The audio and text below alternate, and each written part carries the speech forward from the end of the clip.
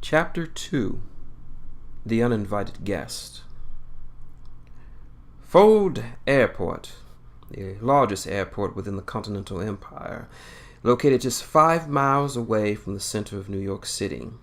Each day, more than 400 flights arrive and depart from and to the nearly 900 cities within the country of the empire, with cargo and passengers coming from as far south as El Paradiso and as far north as the Alaskan Isles. Now, if you're expecting to catch an international flight to any other countries, then you are, as they say in your era, shit out of luck. Since the Crow terrorist attacks of 405 NW, air travel to and from the Empire is heavily restricted, and in most cases, utterly forbidden.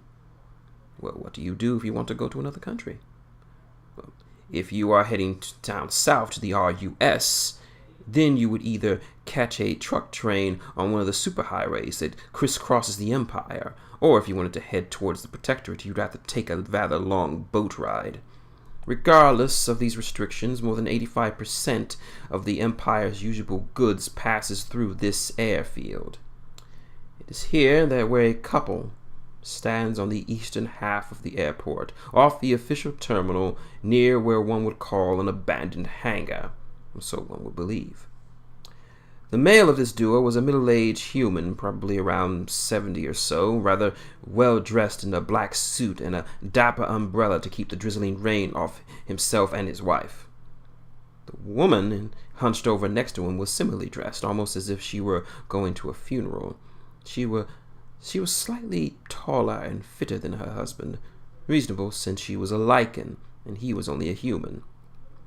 These were the Drums family, a rather well-off clan who had several connections with both the Gravlev industry and the IPD. When their only son was kidnapped by an unknown party, one of their connections referred to them to send to someone who could possibly rescue their offspring. But Mrs. Dums didn't just want her son back. She wanted them to pay for thinking they could get an easy payday off her son. That's where Lucas Kane comes in. Said problem solver strolled out of the lone hangar, duster blowing in the wind, along with a large, very happy lichen pup in his arms. The couple's eyes brightened with hope and happiness as Lucas released the pup onto the ground, allowing him to run eagerly into the waiting arms of his mother. "Ah, my precious little boy! Mommy's here, Mommy's here!" she exclaimed as she rained kisses upon his furry face. The pup responded by licking her face. The man rubbed his son's ears, holding back tears of joy from his eyes. Neither seemed to notice Lucas's arrival, but he didn't really seem to mind. "Thank you so much," she cried. "Is he?" the father started, giving his son a once-over. Lucas waved his hand. "He's fine," he answered. "The rescue was a bit loud, but he came out of it okay. Tough little guy." The pup barked happily at his savior, getting bigger smiles from his parents. "Thank you, Lucas Kane." The Lady Dums leaned over and gave him a quick peck on the cheek in gratitude. Son in hand, she left the two men alone upon entering the passenger side of the jet-black 45 Caruso Grand Class. "You brought my son home." "It's what you hired me for." "And the other thing?" he asked, no further words needed. "Rest assured your son's kidnappers will never do this again, or walk amongst the living." A smile mixed with relief and a bit of darkness materialized on his face upon hearing the news. "Good. That's very good." Mr. Dums walked to the trunk of his very expensive car and opened it.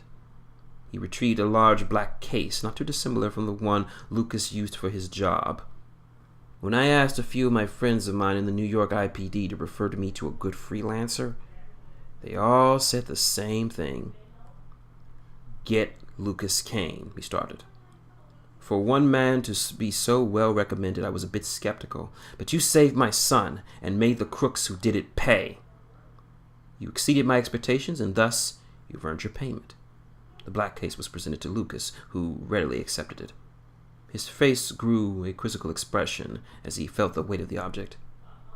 Feels a bit heavy. As it should. It's double what we agreed. The quizzical expression was suddenly replaced with one of genuine surprise at this revelation. Double? But my rate for this is... I know what your rate is. I felt you deserved more. Lucas was not one to look a gift horse in the mouth, so he protested no longer. So this is it?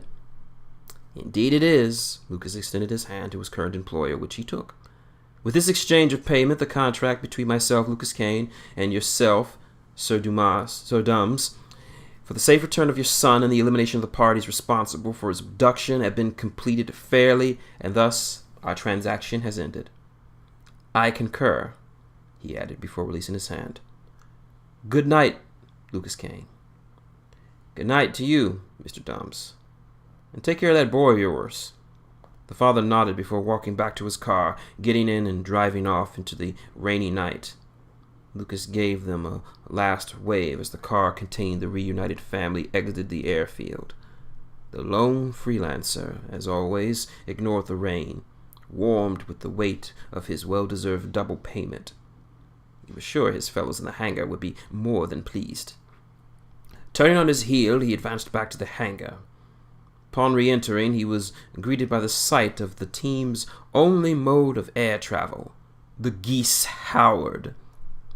The Howard was a twin-engine cargo plane graciously given to him by the chief of the New York IPD as a, quote, going-away present, unquote, upon his resignation from the force. The plane was confiscated from a drug ring that was smuggling flux from the Southern Union to the Greater Empire. It was originally up for public auction, but it didn't go for much since no one wanted a drug plane, and that also the fact that it needed a ton of work. It was a junker, plain and simple. It barely started. One engine was shot to pieces from when they busted the ring. The paint job was horrid, and the flaps tended to stick when making hard-angled turns. But Lucas saw the value in this poor metal creature and spent the last 10 years fixing it up. Now it could fly more reliably thanks to Thorgan's many overhauls of the frame and engines. The paint job, a red and white striped pattern on the wings, was decided upon by the quartermaster of the crew. It wasn't the fastest, or the prettiest, or the most maneuverable aircraft in the sky, but it got you from point A to point B when you needed to. Lucas advanced to the open hatch at the back of the Howard's body. Entering the plane, he was greeted by the waiting looks of his crew. Reese was cleaning Whisper with a small white piece of cloth. Thorgan and Gru seemed to be having a conversation between themselves when they wrapped it up when he entered, and sitting at a small table in the middle of the cargo hold was the last member of their little crew, Jinx. Little Jinx was the youngest of the crew, but did the most when compared to the others.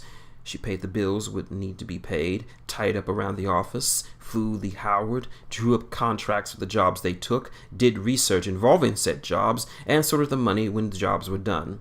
She pretty much did it all, since no one else in the crew wanted to do them, or just plain couldn't. Her style of dress was very unique to her, a simple green vest over a yellow shirt, plaid kilt, and army boots. On her wrist was a Newton 4 portable computer, giving her access to the net at a moment's notice.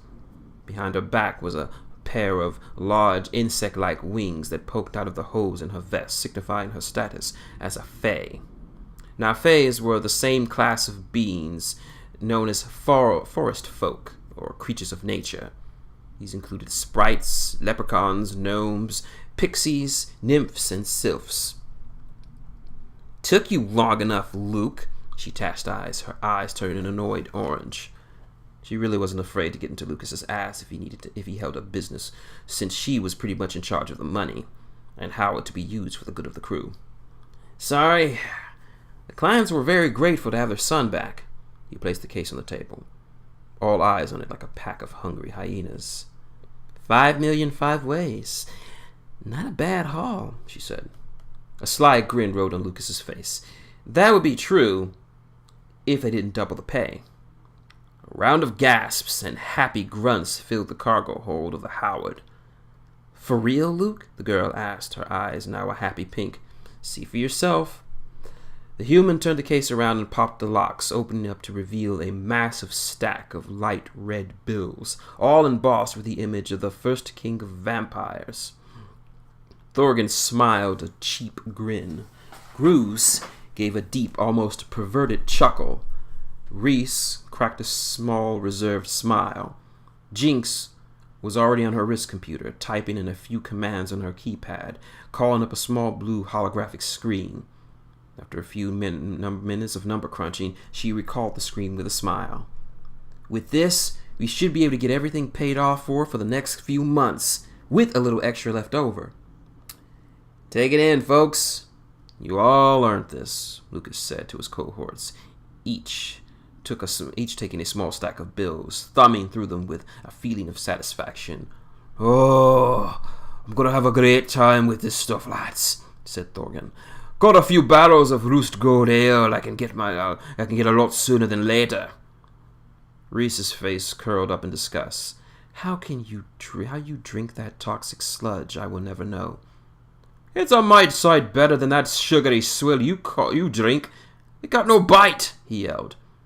I'll have you know that Sylvian wine takes more time and effort to craft than that, whatever it is you drink.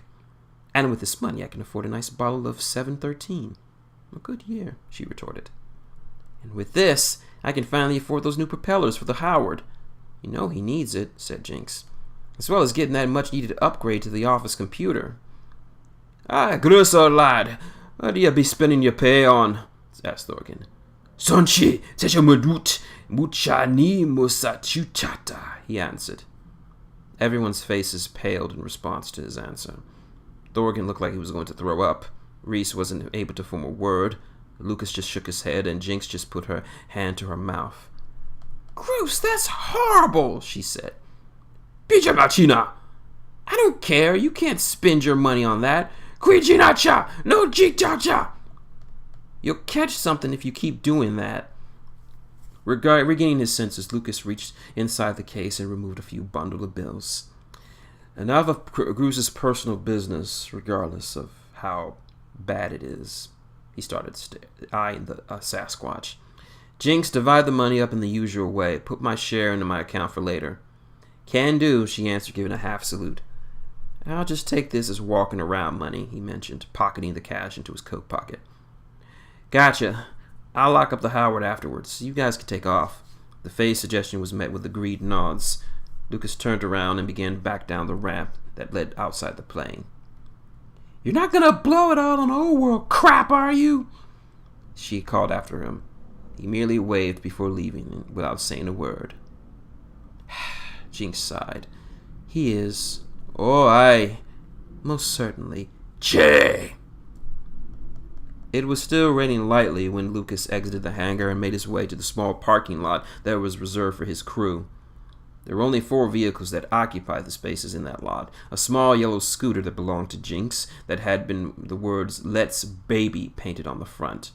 A large black Ironjack 4-wheel drive van that belonged to Thorgan. Reese's sky blue street ninja motorcycle, and of course Lucas's car.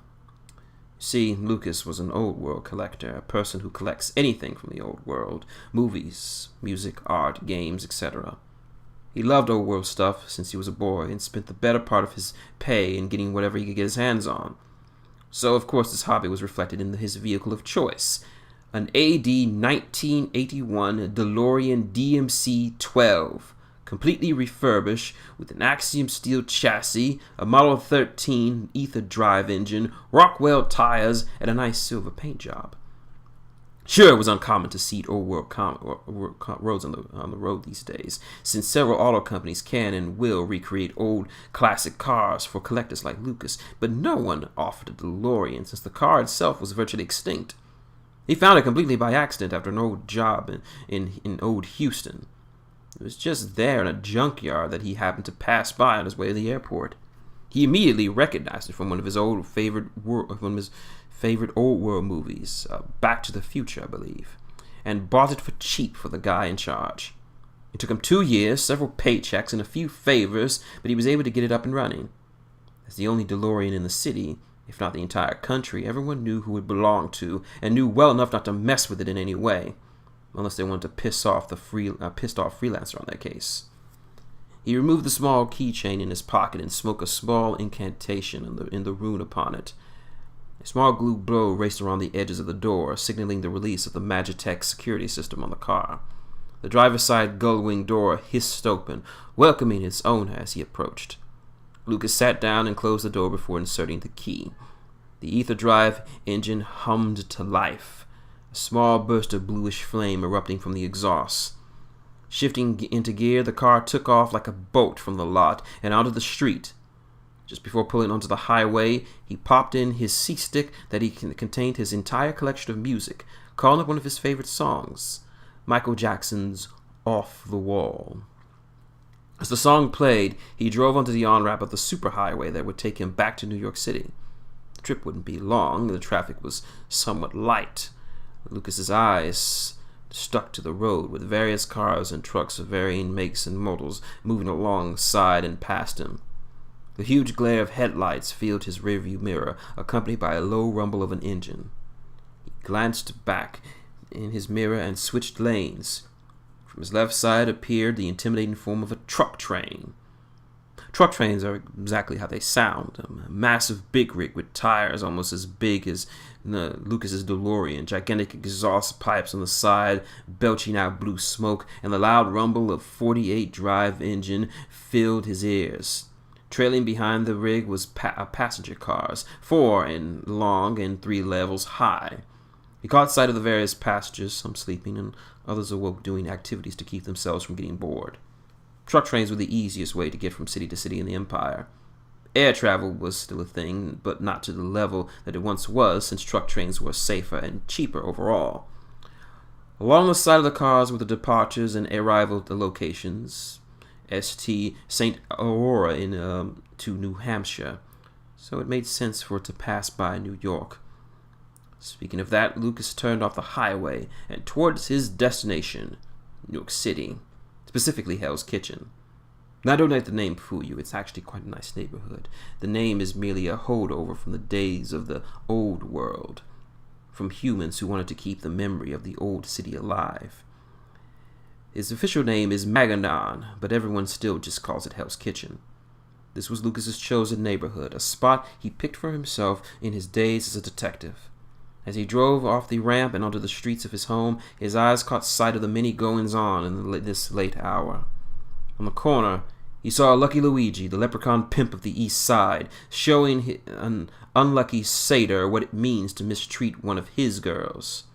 Luigi never peddled his wares during the day out of respect for the many families that lived here, but at night it was all business. Just down the street, he saw the Silver family construction company burning the midnight oil and building a new Rick's Chicken Shack. Lucas subconsciously licked his lips. He loved Rick's Chicken. 3 streets down, he met with the sight of a pickup game in the large basketball court that resided just inside Silva Park. On another night, he would have joined in on such a game, but he just got back and didn't have the interest nor the energy for it. Besides, the Bronx Brothers were playing. The Bronx Brothers played rough.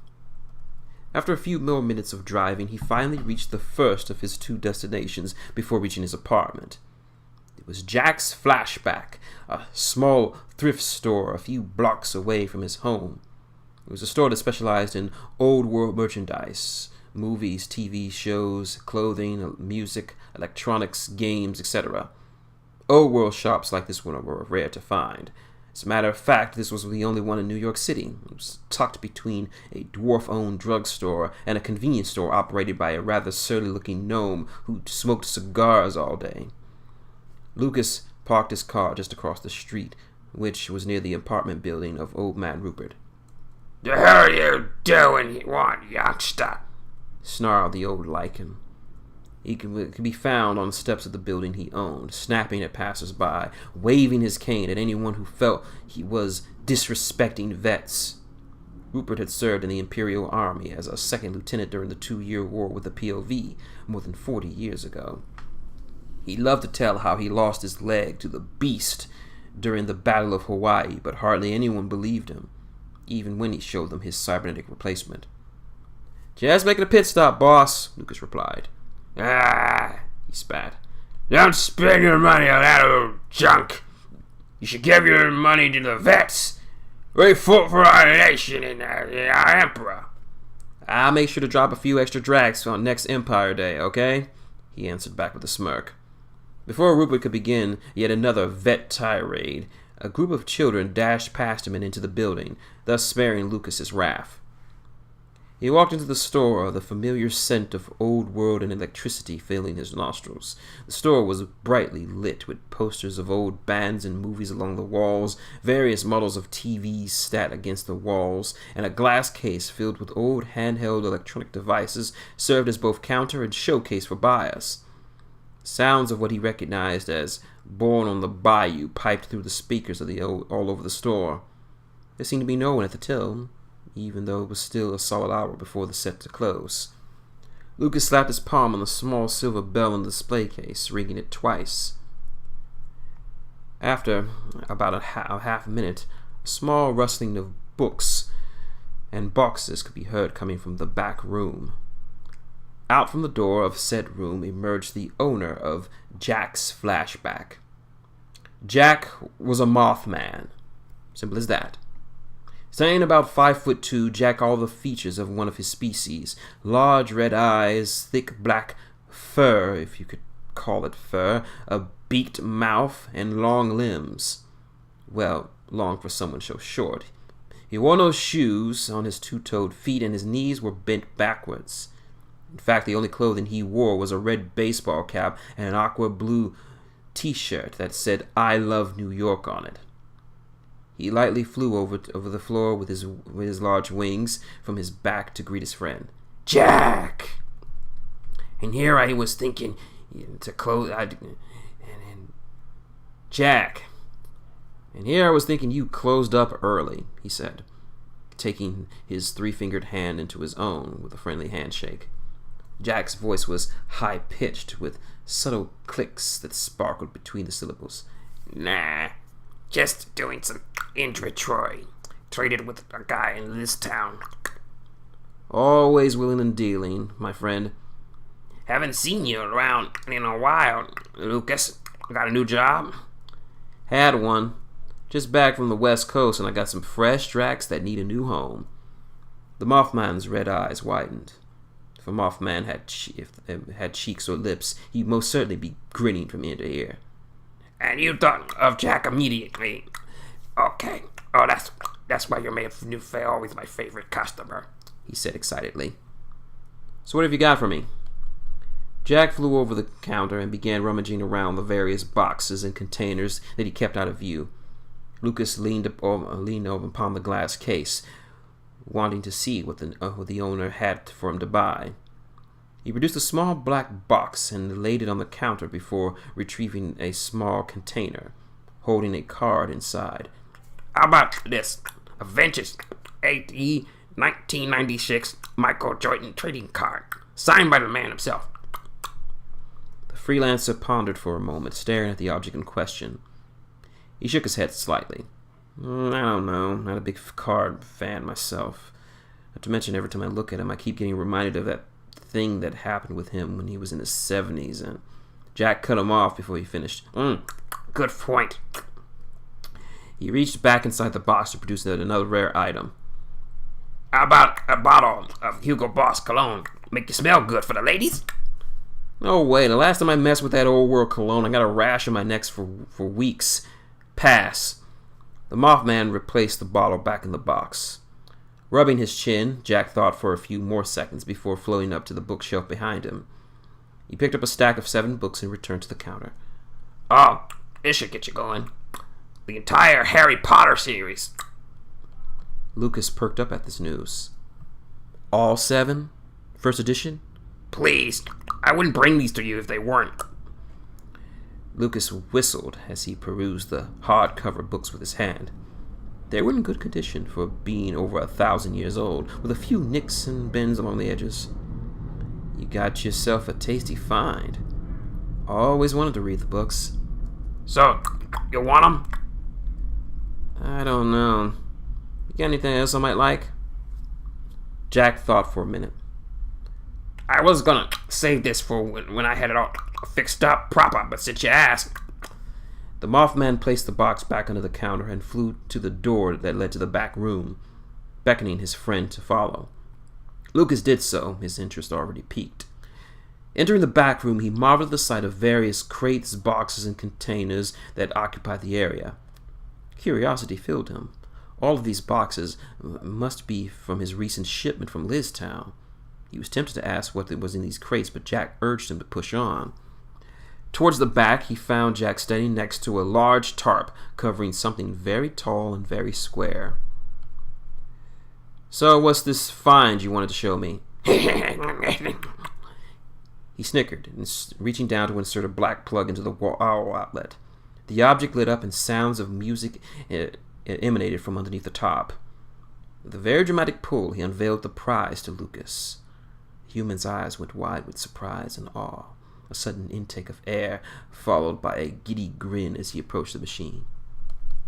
"Is this..." "Yes, sir. You're looking at a fully functional Teenage Mutant Ninja Turtle arcade machine, circa 1989. Fully functional 4-way controllers, horizontal display, and an optional track mode. Really lucked out with this one. Had to trade away almost all of my best swag to get it, but it was worth it," Jack explained. Lucas manipulated the joystick and buttons, a sense of wonder on his face.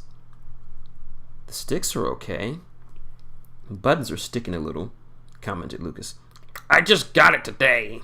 I hadn't had a chance to really look it over and give it a basic fixer-up." Can you mod it for free play?" "Who are you talking to, Luke?" That was enough for him. Groovy. "So how much?"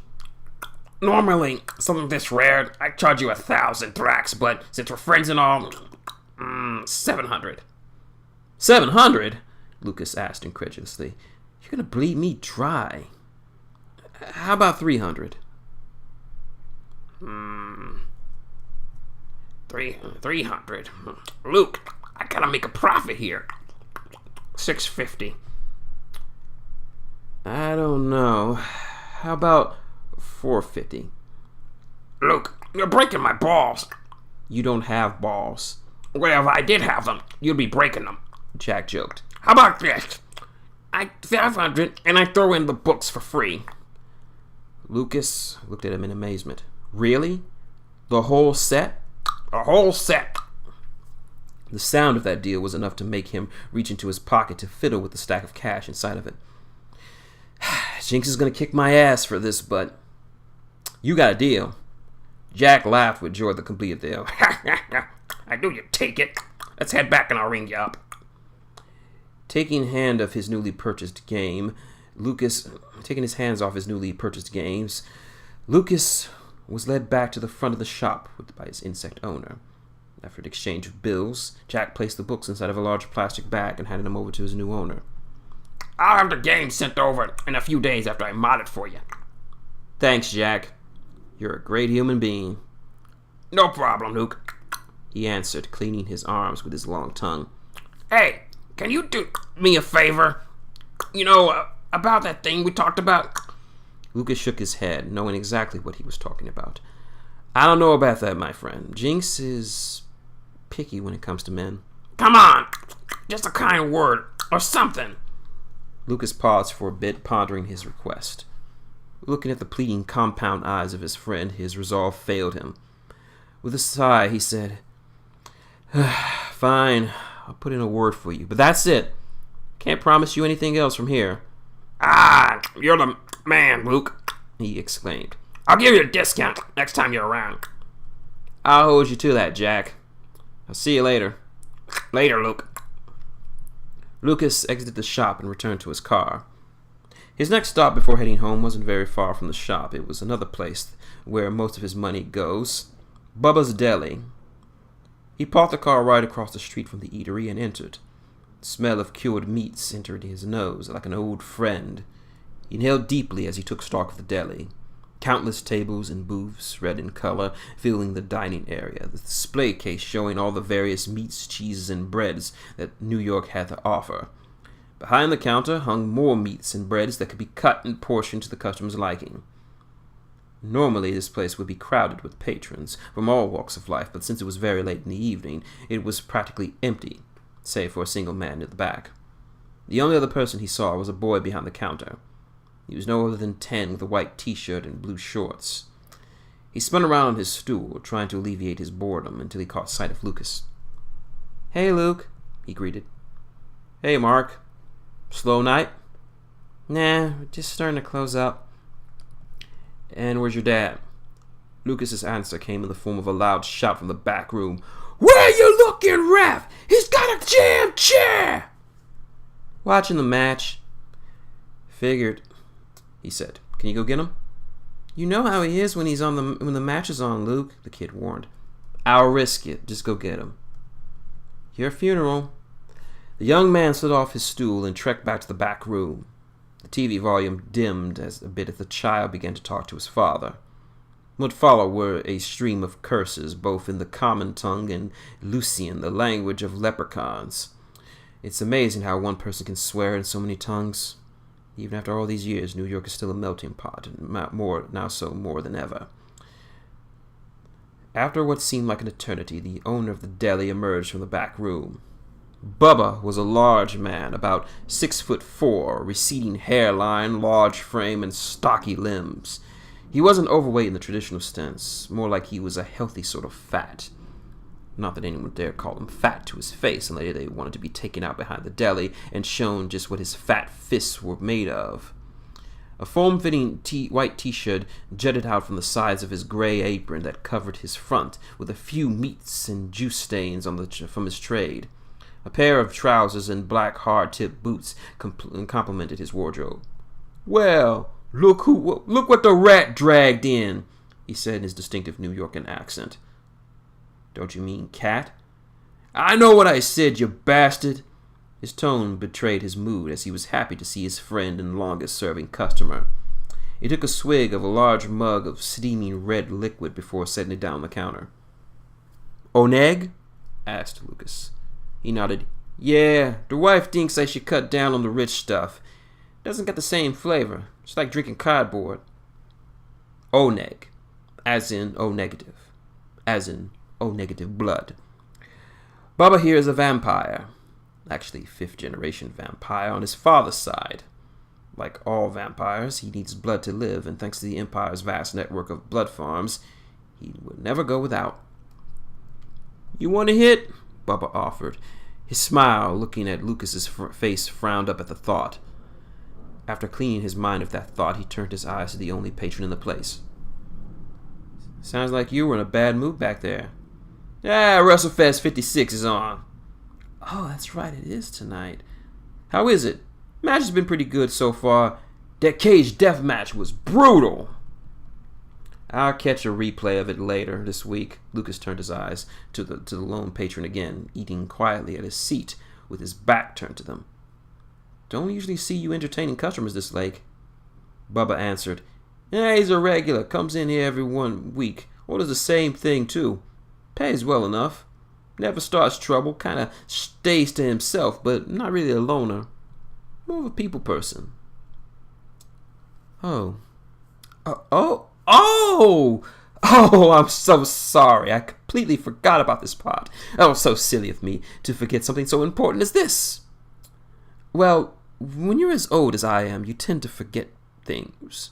Now, you're probably wondering why I'm placing so much importance on this single person.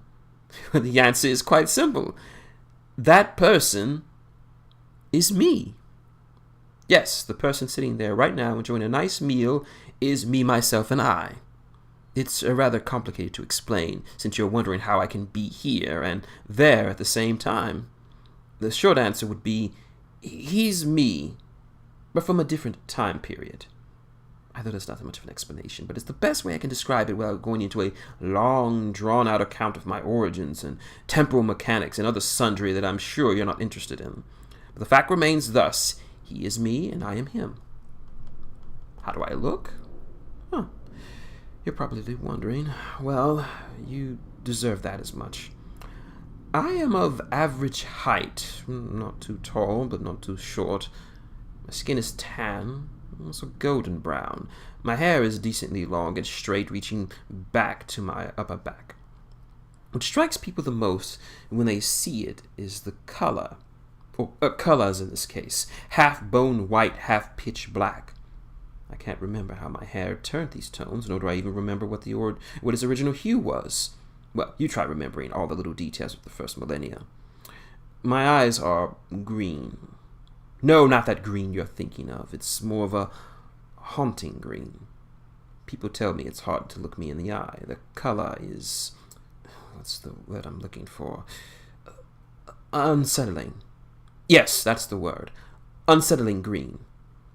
My attire consists of a dress suit matching the colors of my hair, with black and white in places, giving a nice symmetrical look to me. It's topped off by my umbrella. I take it with me everywhere.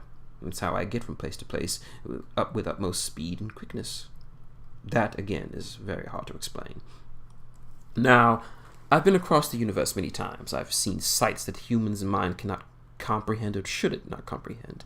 I have seen stars that burn cold and ice that burns the skin. I have seen planets that born and die in a single moment. I've seen cultures and species beyond counting. The ducks of Terraria, the great Drufian expanse, the talking horses of Helion Prime, the vast Sauron Empire. I have been and seen these places, and yet for some reason, this deli still makes the best Reuben sandwich I have ever eaten. And that's why I'm here. I come here every week in order to order the same thing I always do, a Reuben sandwich made with Salem ham, Roustian stink cheese, light stink of course, mustard, and topped with 2 fresh slices of elven rye. Add to that a handful of straight man fries and a tall glass of lep tea, and you have the makings of a perfect meal. I must remind myself to make an order soon. Oh, sorry, we're drifting. Let's get back to the story at hand. So you wouldn't be here to shoot the shit unless you just came from a job and you wanted to splurge. Lucas tapped his nose. You know me so well. So what you got for me? Bubba grinned as he began to lead him around the showcase of various cuts of meats and cheeses from all over the city, from people who owed him favors. Okay, let's see. Got some Nessie, fresh from the lake? Nah, Nessie gives me gas. Ditto. Let's see, how about some Double M, prime cut? Still gnawing away that chunk you gave me last time. At least you're still eating it, eh? Thunderbird? In this season? Okay, good point. You got anything new? Wait a sec, I got just the thing. Bubba walked over to the large cooler and popped it open. He fished around the contents, digging deep into the bottom. He soon returned with a generous cut of meat, dark brown in color. Whoa, that looks tasty. The deli owner looked at the meat with the pride of a father. You're looking at, my friend, is prime cut of genuine roast beef. Lucas' eyes went wide before saying in a rather hushed voice, Roast beef? In the Empire? How did you... He stopped his question short before realizing the answer was to his unspoken query. Where did you get this? I know a guy who knows a dude who has a cousin in the Protectorate Customs. Favors were exchanged, money changed hands, things happen. He started. If I were still a cop, I could bust you for importing and selling illegal contraband from a foreign nation without proper permits. I give you half off. Lucas raised his finger. Like I said, if I was still a cop. The 2 men then shared matching shit-eating grins before Bubba spoke again. How much you want? Give me 6 pounds and a nice slab of stink cheese. Medium stink. It did not take the deli master long to carve off the appropriate amount of meat from the mass and wrapping it up in white butcher paper. He skillfully sliced off a large wedge of the foul-smelling cheese and given it the same covering as the meat. I wouldn't dare to say how much he paid for it, but rest assured, he got a good deal for it all. There you go. Now can you get out of here before I miss the main event? Bubba demanded, with a punctuated by the loud smash of a body on the ring and the roar of a crowd in frenzy of appreciation. The vampire shot him a glare and bared his fangs lightly. "Say no more." Lucas slung his bag of food over his shoulder and made for the exit. Bubba called out to him one last time before heading back to the match. "Don't eat it all on the way home." Lucas replied, "No promises." In no time, he was cruising down the street, his radio now playing Beat It. It was another 10 minutes before he arrived at his final destination, 564 Byton Avenue. Lucas parked the DeLorean in the small parking lot across the street from the apartment complex he lived in. The rent was nice and affordable, the neighborhood was decent and had very little crime, and everyone knew him. In fact, they knew him well enough to keep a lookout for his apartment when he wasn't there. He strode up the brownstone steps, looking up just in time to catch a few roof runners leaping from the top of the building to the top of another one next door. He didn't mind them so long as they didn't mess with his place with their races which stretched across the city. Upon entering, he heard the sounds of a piano, played by Mr. Fisher, the landlord. The aging vampire, about in his 120s, always played for his wife, a human in her young 70s around this time. The Fishers were a lovely couple who always had a kind word to say to Lucas when he saw them. Further down the hall was the home of Sally, a succubus who made it a habit of trying to get Lucas to share a bed with him, but he always politely declined. It wasn't that she wasn't unattractive. He just wasn't one for casual sex. She must not have been at home, because she normally would have sensed him approaching and eagerly waited for him like a cat waiting for a mouse to come out of his hole. He took the elevator to the 12th floor and exited to the sounds of the Rockwell family of dwarves having their nightly games of roughshot. Thankfully, his apartment was far enough away that the noise wouldn't really bother him. Digging into his coat pocket, he retrieved his house key with the same ring as his car keys and pushed it in the lock. He pressed his thumb on the small scanner that he installed when he moved in 8 years ago, confirming his identity to the security system that guarded his home and thus allowing him entry. Lucas inhaled the deep smell of his home, which he hadn't seen in over a week. Even in the dim lighting, one could make out the details of his domicile, a modest studio apartment with dark wood floorboards in the entryway. Towards the center was the large living room with a single gray-tanned couch, which saw a lot of use over the years. In front of it stood a small wooden and slightly nicked-up coffee table he had gotten at a flea market at Markwood, just outside the Capitol. A massive 78-inch TV loomed over the area like a monolith of entertainment. Next to the TV was the door that led to one of the 2 bedrooms, that particular one being his own. Behind the living room was the smallish kitchen, complete with a set of dishes given to him by his brother on the day he moved in. The broad refrigerator hummed quietly, providing only the source of sound in the home. It was colored a deep blue with the words "Police Box" written on the top. But what really made this place his own was what was in it. The walls were covered with old posters of movies most people would not even know about. There were 3 full arcade machines scattered about, soon to be joined by another.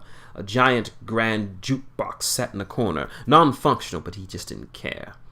Next to it was a bookshelf full of books, some poor condition, others pristine for being over 1,000 years old.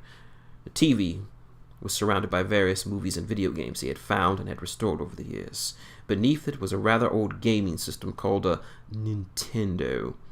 It took nearly all of the pay from a past job to find someone who could modify it to work on a modern holovision TV. Yes, this was his home, and he couldn't be happier. He slid off his coat and hung it up on the coat hooks next to the door, which he closed behind him. Following this, he unbuckled his holsters and placed it with the guns on an adjacent hook. He walked forward a bit until he stopped on one of the boards in the floor. It felt a bit tight to him, almost causing him to trip over his own boots. He made a note to himself, "Gotta get that fixed." Lucas entered the dark apartment before speaking. "Lights!" The overhead lights crackled before dimly illuminating the apartment. Lucas cursed to himself. "Gotta get that fixed too." He sauntered over to the refrigerator and opened it. Inside there was a 6-pack of root beer, 2 containers of moo yogurt, half a gallon of milk, 3.5 pieces of pizza, and the last remnants of his beef. He was very tempted to crack open the newly gotten foodstuffs, but shot that dot down and simply deposited the items in the lower drawers. Closing the door, he reached up top and grabbed a half-empty box of Grandpa Grumpy's crunchy stuffed cereal. Forgoing the bowl and milk, he opted to consume it straight from the box. He made his way to the couch where he commanded, "TV on." The screen blinked to life and the words, "Good evening, Lucas," in large green letters. He plopped down on the couch, box in hand, and uttered the command, "Change to news." The set immediately complied and turned to the nearest news network. He shoveled a handful of cereal into his mouth just as the news theme for the station began to ring. After the usual graphics and word scroll, the newscasters appeared, sitting at a desk they both shared. One was male, vampire, and the other was a female, elf. The male spoke first. "Welcome, New York's to INN, Imperial News Network. I'm Zachary Kilgrave." "And I'm Venus Realm.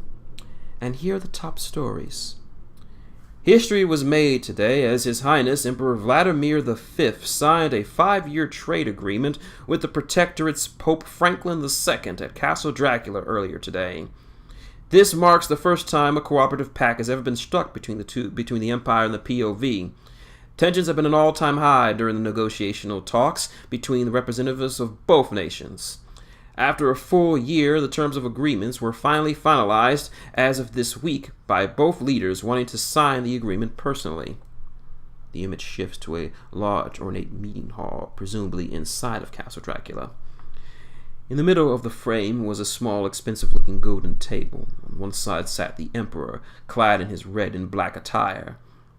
On the other sat the current Pope, dressed in his regal white and gold vestments. Between them on the table lay the agreement itself, unreadable from the distance that the camera was stationed at. The two leaders were talking to each other, stern and serious expressions wrapping their faces, but no one could make out what they were saying. The only audible sounds that were from the flashes of the holocams and the questions from the reporters on hand. Both leaders gave short interviews to INN reporters shortly after signing. Again, the image shifted to a close-up of Pope Franklin with a hover mic in his face. With a nod, he began to speak. "I believe this agreement will definitely benefit both the Empire and the Protectorate. The war of 40 years ago was a massive mistake by the previous Pope that cost countless lives on both sides. I've always wanted to clean up the mistakes of the past, as well as try to build a bridge of friendship with our longest-lasting neighbor." The screen then cut to the Emperor, similarly to his counterpart in position and posture. "I merely did what I must do for the greater benefit of the Empire. This trade agreement will only bring greater prosperity to our great nation. Nothing more needs to be said." The screen cut back to the two reporters, with the vampire speaking again. "According to major economists, this deal could possibly bring in as much as 200 million drachmas in net revenue, bolstering the economy to rival the age of wealth headed up by the Emperor's grandfather, Vladimir III. Many believe that such a deal would never be reached due to the events of the 2-year war, or Francis's Folly has become known in co-op culture. The war cost the lives of over 100,000 soldiers on both sides of the conflict. It was only during the Treaty of Malabia that the war came to a peaceful end." The female spoke next. "In other news, fire brigades were called out to Old Los Angeles in reports of a massive explosion. The source of the blast was an old hotel in the slums of the city. The blast was felt as far as downtown New Los Angeles, and it burnt so hot that it took fire crews more than 3 hours to get the blaze under control. Inside the building, the remains of over 30 men, humans and satyrs alike, as well as a few corpses that were burnt beyond recognition, making identification in all but impossible. IBD detectives theorized that the building was in fact a hideout for a gang, possibly involved in the massive gang war that has erupted over the territories of the late crime kingpin, the Iron Midget Drigger Olgruf. Police are still investigating." I don't think I need to tell you that our dear freelancer has a knowing smile on his face as he crunched down on his snack. "Now let's head over to the sports with our sportsmaster, Chet Wildman. Chet, how's it looking on the sports front? The camera panned over to a rather excited-looking lichen in a sport coat, standing in front of a large view screen. Oh, it's a good night tonight, V. Tonight, WrestleFest 56 took place in New York's M4 Arena to a sold-out crowd of 89,000. 10 epic matchups were made for this card, but the matches of the night had to be the big title grudge matches for the big belts. First up, we had an epic IWF tag team match as Big Business Vulcan Fullbuster and Unstoppable Michael Eagle Pain Incorporated dethroned the reigning champions of Elijah and Zachariah, the New Vatican Boys, ending their unprecedented 2-year reign as champions. Let's go live to the N4 Arena with Axel Burgers as he interviews the new champions.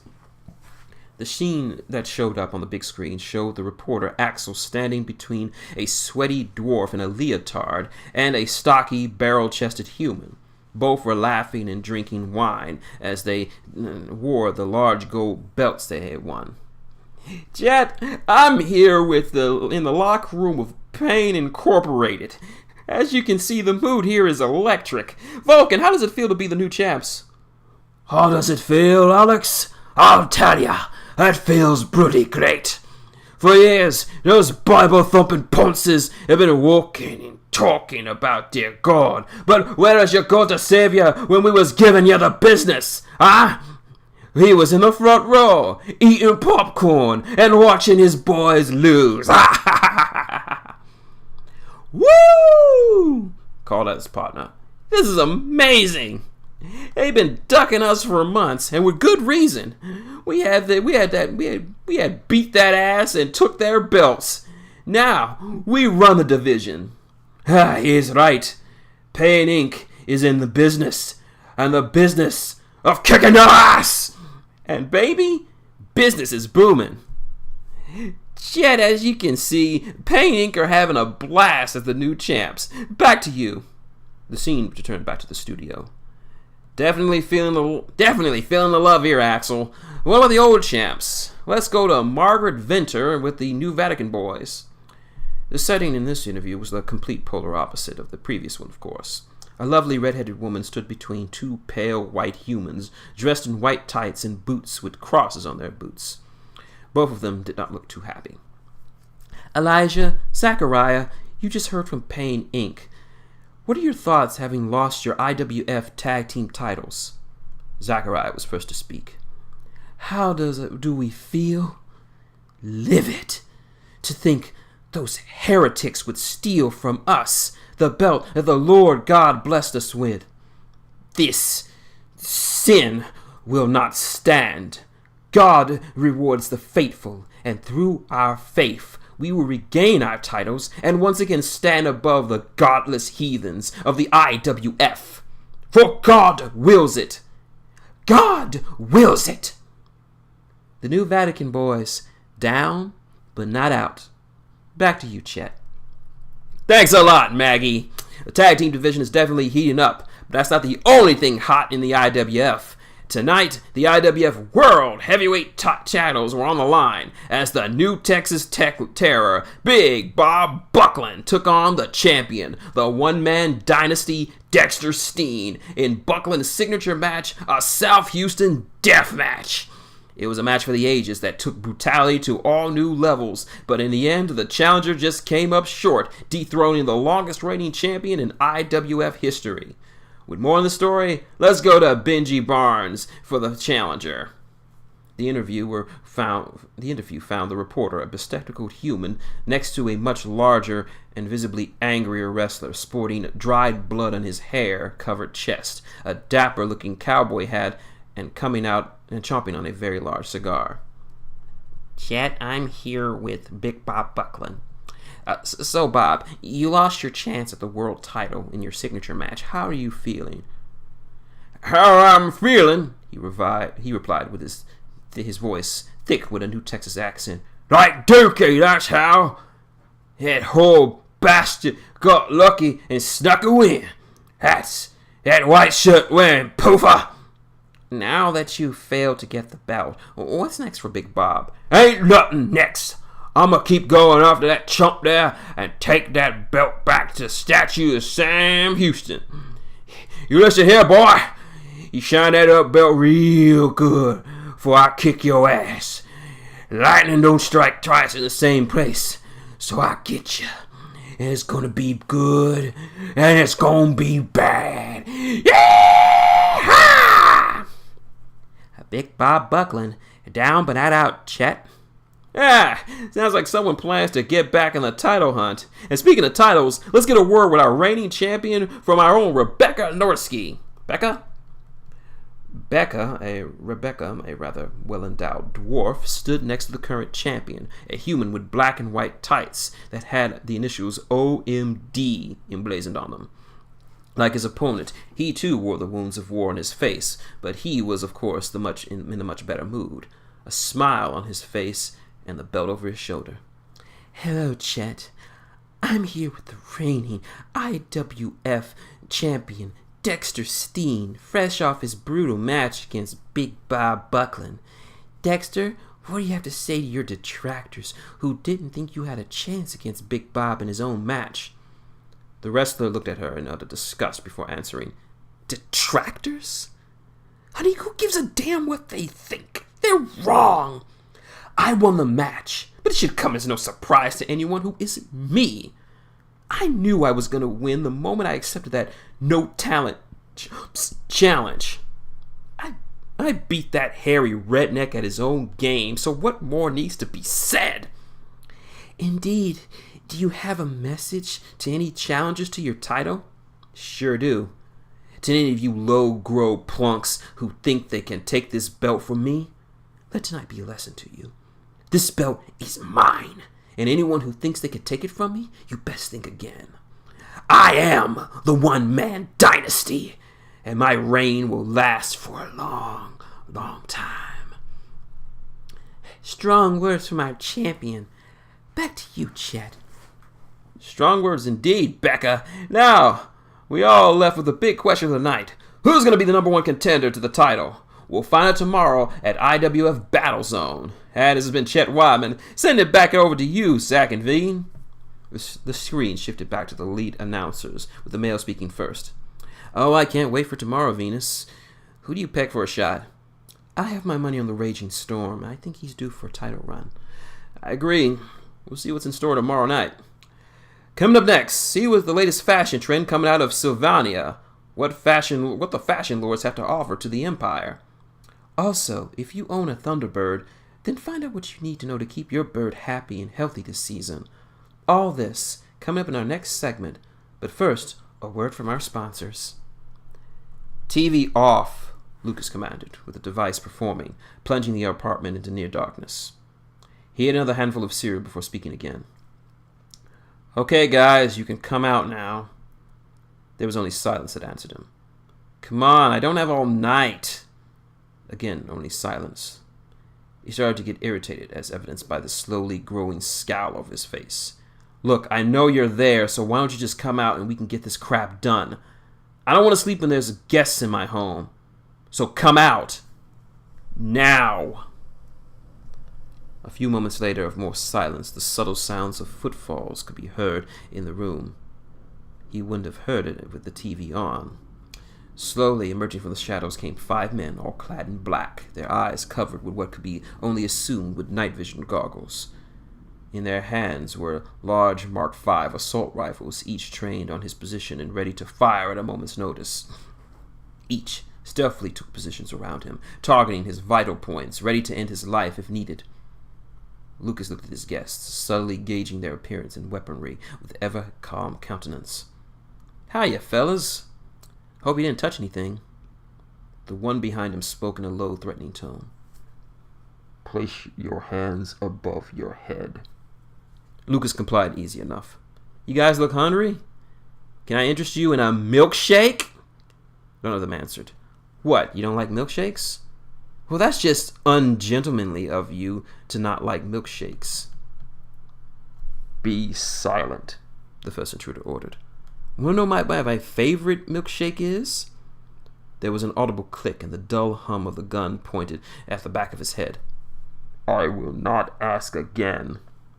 You sure? Because I'm sure my favorite milkshake is buttercream.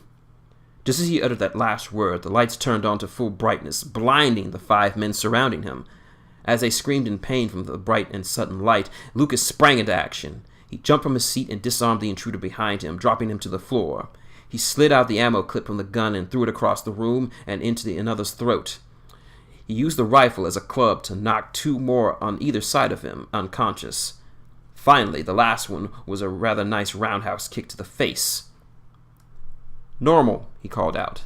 The lights dimmed to half their full strength. The freelancer looked up over the groaning forms of his would-be attackers. He reloaded the rifle he had procured from the first intruder with the clip that was laying next to his gagging associate. He knelt down, pressing his knee to his throat. "You guys are lucky. I would have killed a lot of you if I didn't want to lose my deposit. Now, who are you?"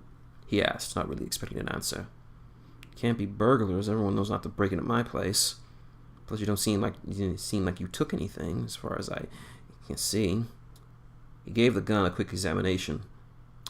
"A Mark V? This is military-grade hardware, so you're definitely not robbers." He started to pat down the intruder. "Can't be assassins. You lot would have gunned me down the moment I stepped to the door. So you must want me alive. But for what?" He continued to search. All he found were extra clips of ammo, a few grenades, and some devices he really couldn't readily identify. Lucas pulled up the sleeve of one of them, revealing a small tattoo emblazoned onto his skin. It was a red circle with jagged edges around it, peeking out, like scales almost. Inside of it was the English letter D, with a small bat wing jutting out the sides. He recognized the symbol. Of course he would know what the symbol is. Everyone in the Empire knew what the symbol meant. He nodded his head. He knew who these men were, and more importantly, he knew who they worked for. He rose to his feet, gun slack in his hands. He said, "You can come out too. I know you're there, and I know who you are." Unlike before, there was no attempt to fool him into thinking there was no other persons around. The sounds of the bedroom door opened to put an end to that. There were 2 more individuals that entered the scene. One was dressed like the others, in similar black garb, sans the night vision goggles. Instead, he had a dark red beret. He seemed to be the commander of this little group. Next to him was a person clad in a jet black robe with a hood over his head, obscuring his face, or someone he assumed was a he. "You better not have touched my stuff back there," Lucas quipped. Neither seemed to find his care for his brand of humor.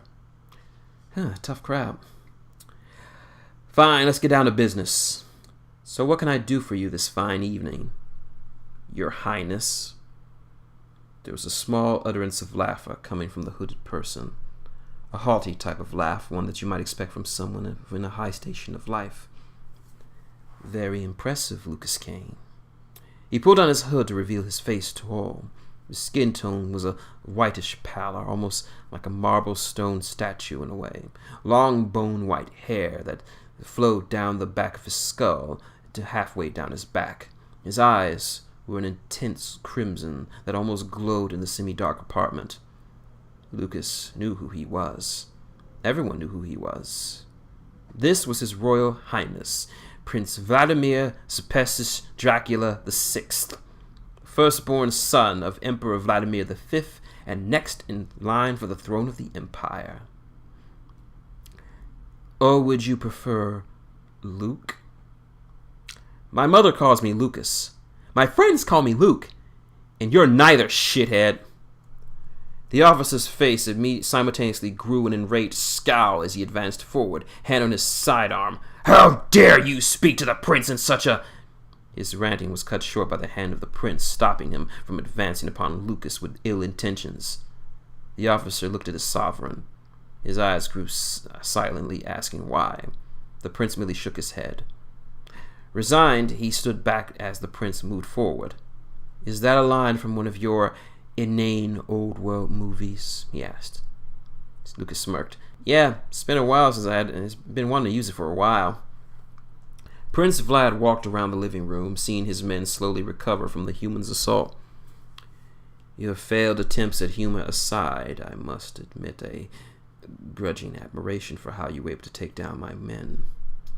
Tell me, how did you do it? He asked, motioning to the lights. My dwarf friend is very good with electrical wiring, he answered. I had him mod the voice switch to activate an illumination level with certain phrases are said in a certain order. Helpful against guys who use night vision goggles. Interesting, Vlad complimented. And how did you know that we were here? My men made sure not to touch. Nothing was disturbed or put out of place. Sure enough, they did a decent enough job, but they forgot about the loose floorboard. The prince looked back at his officer. He shook his head. There was no loose floorboards. We checked, sire. Lucas walked over to the entrance of the apartment and knelt down. Yeah, it's understandable. You wouldn't have noticed it, really. He pointed to the board that he stepped on when he entered the apartment. This board is loose, but you really wouldn't notice if it was your first time here.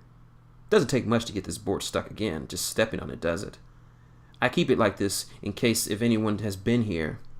As soon as I stepped on it, I knew someone was here. Took me a bit to figure out how many, though. Your guys hit pretty well. The prince seemed satisfied with his answer. The human walked back over the couch and sat on the edge, saying, That still doesn't answer my question. What do you want? The prince stared at Lucas, as if appraising him and his value to the task at hand. He was no stranger to this. Lucas had worked with and for members of the nobility, both in his days as a cop and his time as a freelancer. He didn't too much care for how they looked at him, but there was something that he was used to, sadly. After a minute of silence, he finally spoke. Captain, leave us. But sire, the captain protested, but he was silenced by the gloved hand of his leader. I will speak to this man alone. You and your men will shade yourselves. That is an order. The soldiers of the royal guard were fiercely protective and steadfastly loyal to the crown. Despite his obvious reservations, the captain had to follow his master's orders. You heard him, men. We shade.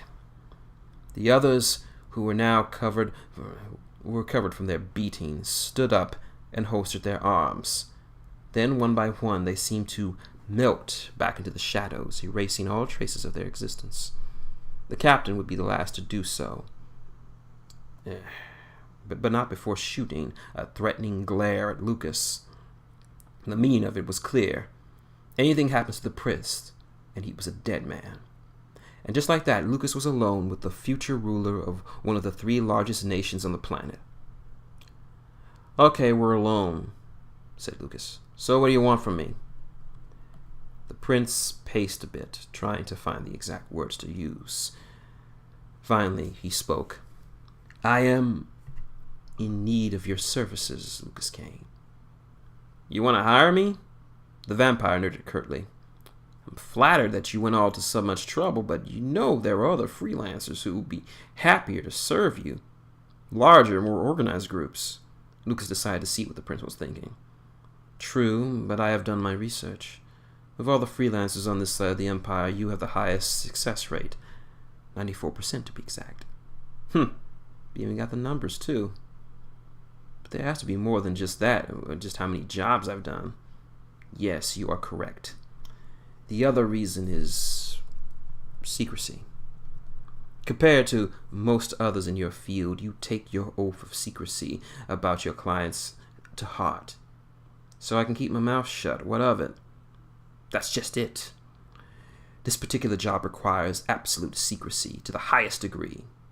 But then again, you knew that already.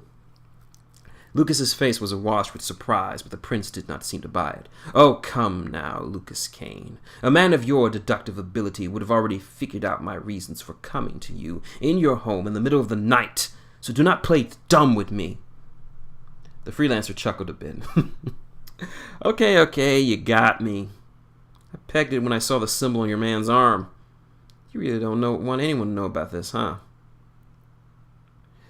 Yes, for reasons I will get to, if you decide to take the job. You know, you could just order me to do it. Yes, the prince said, looking at Lucas as if he were considering the option. I could indeed, but no.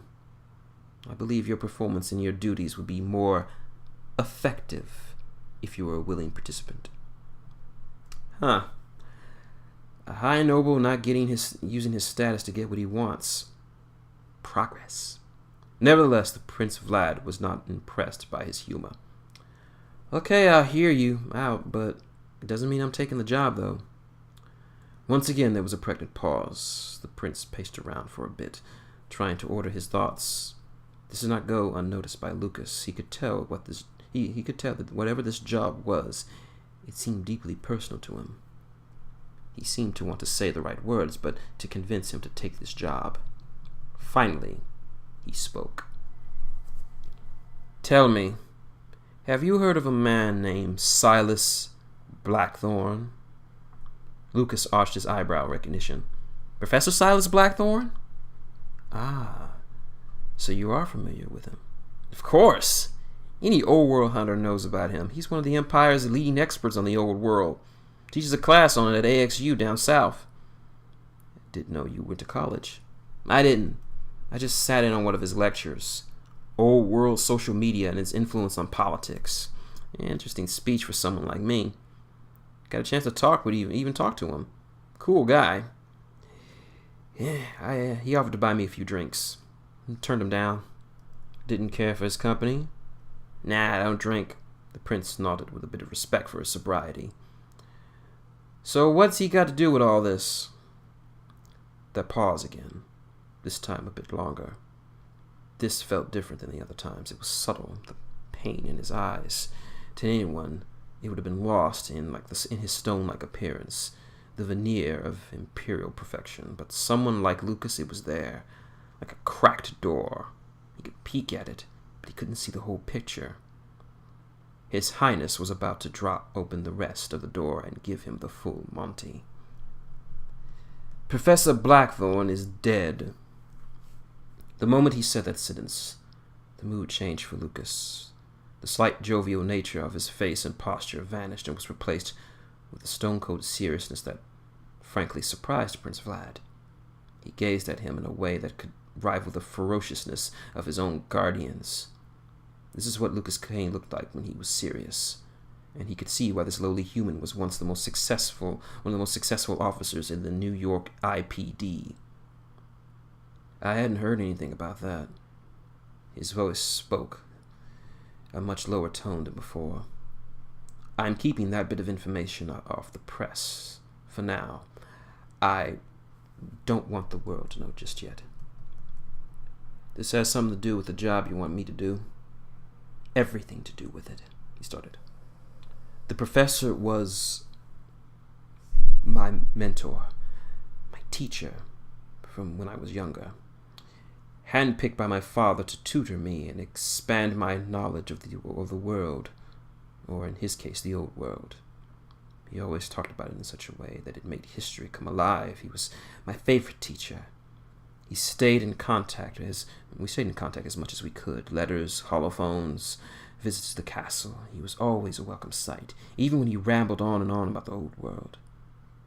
There was a barely restrained sorrow in his voice. It was enough for Lucas to know that he was telling the truth. He tried to hide it in his usual royal disposition, but the pain was there. Real pain. The pain of losing a friend. He knew that pain all too well.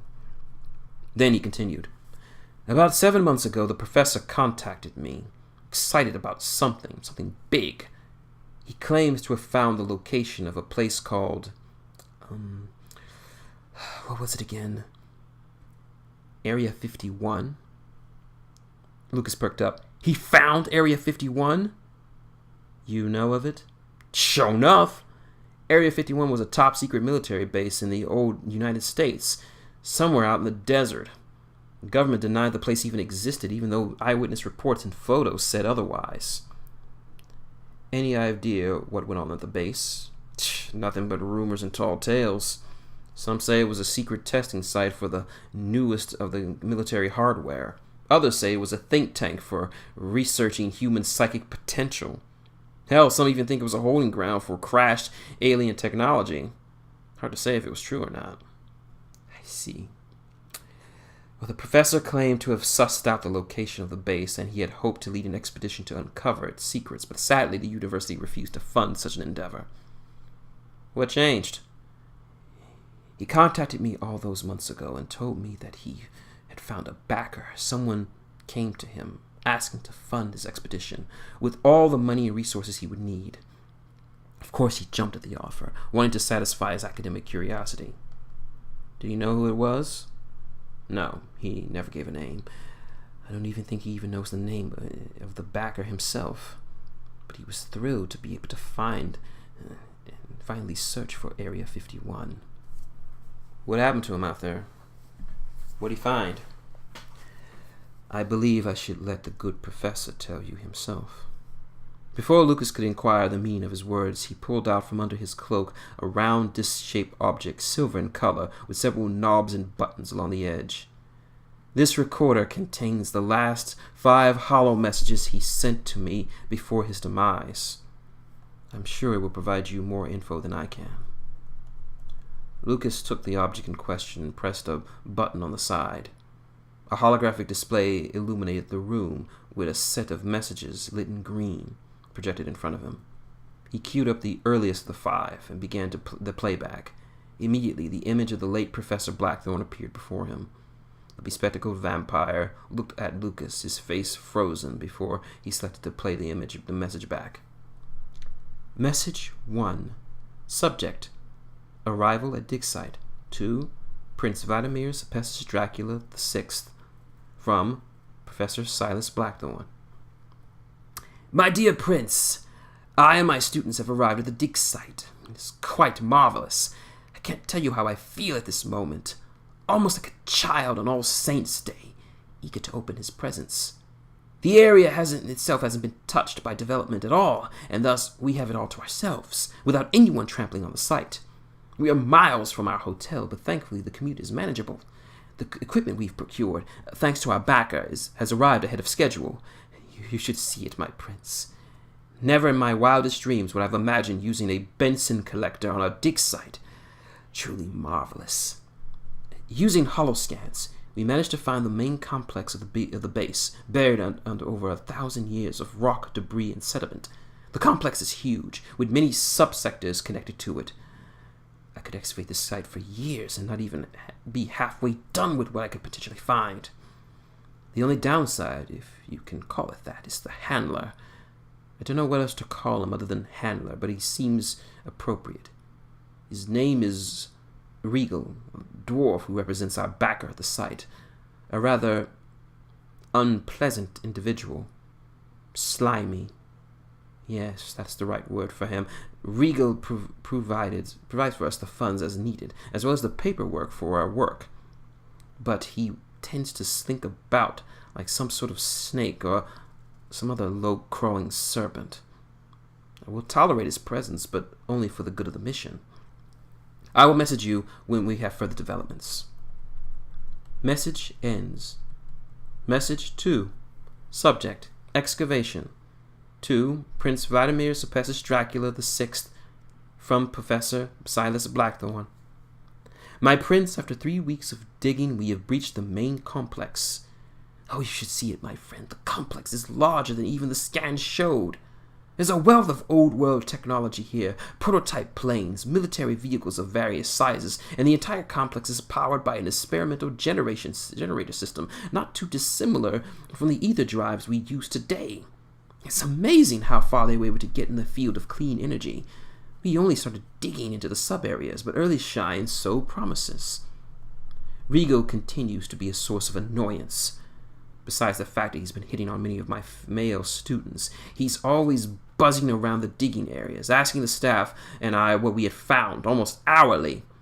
I believe he wants to know if we found something, but I don't know what he wants us to find. He's even entered my tent one morning before I had the chance to inject my sunshade. The little bully nearly burned my skin off. I got fed up and asked him what it is he wants us to find. He simply said, nothing that would be important to you. I did not inquire again, knowing that he would not be forthcoming with real answers. There is also something else. Nothing big, but it is unsettling. One of my students, Kim, told me about something that had her and the others creeped out. There's been some men who have been peering outside the camp. 2, to be exact. Men in black suits and dark-colored trucks. They were too far away to make out who they were. They have done nothing overtly threatening or menacing. It's just been, all they've been doing is watching us. Just watching. A few of the students did try to go over to inquire on their identities, but every time they approached, the men returned to their vehicle and drove off. Then an hour later, they would return and resume their previous activities. I'd honestly be much less perturbed if they were more threatening or menacing, but the fact that all they're doing is watching does not fill me with calm. Hopefully, when I next transmit, I'll be in a better mood. Until next time, Your Highness. Message end. Message 3. Subject: Discovery. To Prince Vladimir Zepessis Dracula VI, from Professor Silas Blackthorne. My prince, what a wondrous day! We've reached the lowest, most secure level of the site. The scans show that the security in this area is probably the tightest of the entire site. Well, would have been if the security measures were still functioning. After drilling through the massive rusted door, we found only one object. This could be the pinnacle of old world technological advancements. I cannot say what it is. This line might not be secure. Sadly, my joy has been tempered with a sense of incoming dread. Remember those men I told you about a few weeks past? It seems that they have brought some friends, and indeed the number of the black men have increased. By my count, they're up to 12. Their actions mirror the first two. Simple observation. I originally shared my concern about them with Regal, but he simply said they were just tourists. I now believe that not only does this dwarf know who these men are, but it's possible he is in league with them. Does this mean that these men work for the backer? All I have is supposition and conjecture, but how else to explain it? It's quite possible that this item that we found is what Regal, and by extension the backer, have been looking for. I have instructed my students to keep this discovery to us and not let Regal know anything about it. I do not know what could happen if they learn about our finding it. I will try to plan to remove the item without the dwarf's knowledge. Until next time, my prince. Message end. Message 4. Subject: None. To Prince Vladimir Zepessis Dracula VI, from Professor Silas Blackthorne. I am sending this message from a truck train heading for New Georgia City. After 6 months, the expedition has ended, and it is not in a nice way of it either. We were able to get the items smuggled onto the truck without Regal knowing. At least we thought we did. We told him some excuse about needing to head back to the hotel. The truth is, we were planning our getaway for weeks now. I no longer see any reason to stay here and risk my life and the lives of my students. We had our notes and gear placed in the station so that we can jump on to the red-eye back home. We were only halfway to the hotel when the men in black began to pursue us. The chase was harrowing. The trucks rammed us a few times, but one of my students, Barney, was a capable driver. There were quite a few moments when I thought we would crash, but Barney's skillful driving was enough to elude our foes. When we reached the station just in time to load up and leave town, we may have escaped, but I fear we're not out of the grasp of the backer. Even now, as the truck train speeds along this highway back home, I fear this situation has gone beyond my wildest expectations. Dear God, has my eagerness for discovery cost me more than I can imagine? Message end. Message 5. Subject: None. To Prince Vladimir Zepessis Dracula VI, from Professor Silas Blackthorne. My prince, by the time you receive this message, I will more than likely be dead, or at least missing. The situation has turned grim. When I returned to campus, my office had been ransacked. My home mirrored its condition as well. I hadn't told any of the faculty members or the authorities about this. I am not sure who to trust anymore. My suspicions of who this backer might be, I have my suspicions on who he might be, but they are only that. I do not know what these men want with the item, but I feel it could change the very landscape of the Empire itself. I cannot tell you what it is. I fear this channel is being monitored, but I will enclose the shape and dimensions of the item in case you are able to search for it. I have also hidden my notes on everything I have seen and experienced over the last 6 months concerning my backer. You must follow Leonardo. Only in his footsteps will you find the truth. Right now I'm preparing to meet a friend of mine who has connections with the New Georgian IPD, but even then, I hold no aspirations of surviving Bastille Night. I know that I will soon die, but I do not regret dying. My only regret is dragging my students into this escapade. My prince, you have always been my favorite and most brilliant student, and it pains me that I will not see you ascend to the throne, but I am certain that you will be a wise and just ruler, like your father before you. I hope my actions have not endangered you or your family, and I hope that you can forgive this old fool his mistake. It's time. I go to meet my destiny. I hope you will know more than me when you play this message, and pray you and yours survives this coming storm. May the moon never set on the house of Dracula. Message end. End of messages. Would you like to play the messages again? It goes without saying that Lucas didn't want to hear anymore, so he switched off the recording. It was heartbreaking to watch a man go from elation of a discovery of a lifetime to fear and finally grim resignation. It felt sombering to hear and see his last moments. A shame, too. Lucas really liked the professor. Not as much as Vlad, it seems. He had his back to him the entire time, presumably because he just didn't want to see his mentor like that again. He turned back around and said, 6 days after I received this message, Professor Blackthorne was found on the Georgian Strand, immolated by sunlight. He rubbed his red eyes, trying to fight back a few tears that dared to escape him. The official stance is suicide. They believe the professor was overcome by feelings of failure for not having found his prize. Bah! If I had my way, those fools would be pounding beats in the colonies. Of course he didn't. What about his students, the other researchers who went with him? Vlad shook his head. We looked into it, as much as I can at this moment. All of them either died in accidents or just went missing. Lucas said, Well, that's not good. Any clues? None, the vampire answered. My agent searched his office, his home, and anywhere else he might have hidden his notes. Nothing. Simply a few old-world books that he had read. I assumed that those men in black took whatever they could, leaving nothing for us. But there was one thing. My men were able to lift this off of his body. Once again, the prince reached into his coat and removed another object. This was found in his hand. I think he must have ripped it off his killer or killers.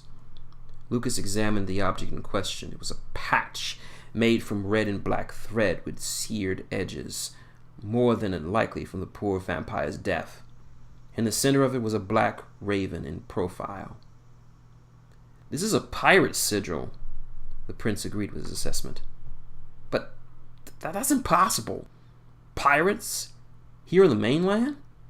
There's no way it should even be here. Unless... He entertained the possibility in his mind. Then his eyes widened and locked with the prince's. There was recognition between them as he connected the dots and made his conclusion. So that's the reason why you wanted this shit to be so hush-hush. Now you see? Damn right I do. He didn't want to think about it as much as it meant it was right in his hands. And suddenly the room felt a little darker and a tad bit heavier for Lucas Kane. He felt just a bit out of his depth with the situation, massive as it was, but if he was shaken up by this revelation, he didn't show it. You really think one of the noble houses could have something to do with this? I mean, the implications alone. This is high treason shit. The prince took a contemplative posture. Believe me, this does not inspire confidence in me as well. The high vampiric houses have always been loyal to my family, stretching back generations to even before the founding of the empire. But there have been some grumbles from the High Lords. That deal with the Protectorate? Yes. Many of the High Lords don't agree with my father's handling of the POV, especially after the war. They felt he should have invaded and put a final end to them 40 years ago. I knew they disagreed with some of my father's rulings, but outright treason? I don't want to believe it, and the evidence says otherwise. Then why not just investigate this yourself? You certainly have access to more resources than I do. Don't you think I considered that option? He said it with a frustrated sigh. My family is powerful, that is a given, but we are also watched. Our every action and movement is looked upon by the nobles at almost every major moment. If I start investigating my teacher's death, the nobles will certainly know about it, including this backer. When that happens, he will vanish in the halls of the aristocracy. It could be months or even years before I could pick up his trail again, and by then, it could be too late to stop whatever he and his allies are planning. That's why I need you, Lucas Kane. I need someone who can look at this from an outside of the royal family. You can go to places without the nobility knowing or caring about what you do. A lowly human doing a job would not raise the attentions of my enemies. As I said before, I will not order you to do this, but if you do not, I will be forced to give up my investigating, and I do not know what the future may hold for my family, and by extension, the Empire.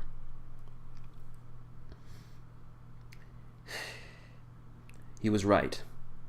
The royal family was the lifeblood of the Empire. Without the Draculas, the world would not be the superpower that it is right now. That's a fact. No other vampiric family could have done as great a job as they have now. And now the family is laid threatened, and the stability of his nation lay in the balance. Lucas looked down at the recorder and the sigil in his hands. He processed all the information he was told, and learned that in half an hour has since their meeting started. He had more than enough reason to turn him down. He wasn't on any other orders to take the job, and the prince certainly would not blame him if he decided to turn it down. But unknown to even himself, he already made the decision. He just needed all the facts. What's the job? The prince smiled on the inside. What's the job? Those three magic words. When he was looking up Lucas Kane, he learned that the human would hear you out, but not always accept the job presented to him. Only when he uttered those three words did he finally make the choice to welcome the job. He didn't ask what it was unless he was willing to take it on. He handed Lucas a small piece of paper. These are the measurements that Professor Blackthorne sent me about the object. Looks like some kind of case, Lucas said, looking over the numbers. Yes. I want you to retrieve this item from the persons who took it from my teacher and deliver it personally to me at Castle Dracula. I will give you special clearance at the main gate, and you will pass the wall guard. You are not to leave it with anyone else, nor give it to anyone who claims to represent me. You will hand it directly to me. You are not to open or examine the item as well. You will bring it to me in the condition that you acquired it in. I want to see for myself why this thing was so important to go to such lengths to find it. Gotcha. A retrieval job will run the normal rate. I will pay you and your associates 4 times the regular rate. I believe you would have more than earned it. Lucas perked up a bit. 4 times the normal rate would certainly be a lot of money than he would normally have. Enough to afford a few things he had his eye on, but this wasn't about the money, not entirely. Someone he knew and liked was murdered. He wanted to find out who did it, and have a few words with them, spoken by his fists. Also, if finding the object in question leads to the person or persons responsible for my teacher's death. Lucas raised an eyebrow. He knew what he was implying without having said it. You know I'm not supposed to do that. Officially, I mean. I am aware. I'm merely suggesting that if the need comes up for you to put a permanent end to them, please make it as painful as possible. Fair enough. The prince tapped a watch-like device on his wrist. It signaled the captain to return from the shadows on bended knee. Your Highness? My business here is concluded, Captain. We are leaving. Yes, Your Highness. The loyal soldier stood up and prepared to shade himself along with his sovereign, but not before shooting another sour glance at the human. Lucas didn't seem to care about him at this point. Just before he took to the shadows, the prince turned his head to address him one last time. 2 weeks, Lucas Kane. You have 2 weeks, and hopefully the next time we meet, you will have more answers than I did this time. And with that, the Crown Prince and the captain dissolved into the shadows, leaving Lucas utterly alone in his apartment. He'd hoped to be able to laze about in his home watching the old TV shows he needed to catch up on, or finish playing one of the hard video games that seemed not to be beaten by him. Fate decided that he had no such time for such an opportunity in the near future. Little did he realize that the meeting tonight would have a titanic impact on his life, and that the destiny of the entire empire would soon rest on his shoulders. But now was not the time for that. He needed sleep. Tomorrow there would be discussions with his crew, plans to be made, and information to gather. So with that on his mind, he retired to his bed and slipped off his shoes and fell upon it, slipping into a quick sleep. The next 2 weeks were going to be busy. He'd need the energy.